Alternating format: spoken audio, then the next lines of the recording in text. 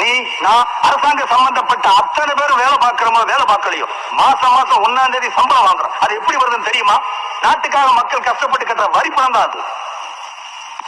மாசம் சம்பளம் கொடுத்து வீட்டுக்கு வாட்ச்மேன் வைக்கிற மாதிரி நாட்டை பாதுகாக்க எல்லையில ராணுவ வீரர்களையும் எல்லைக்குள்ள நம்மளை நியமிச்சிருக்காங்க. நாம அவங்களுக்கு உண்மையா நடந்துக்கிறோமா?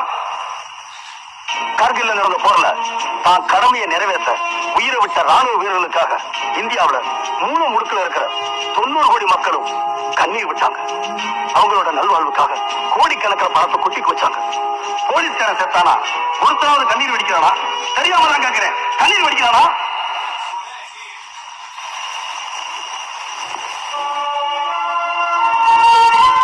எதிரி ஒழிச்சாங்க, சந்தோஷப்படுறான்.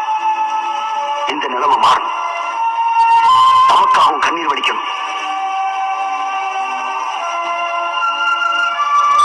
உங்கள் நண்பன் பேரளவில் இல்லாம செய்களை காட்டணும்.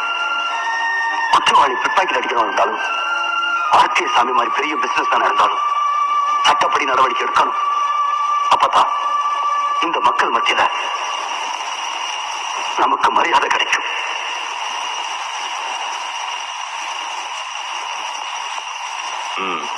Okay, you can proceed. Thank you, sir.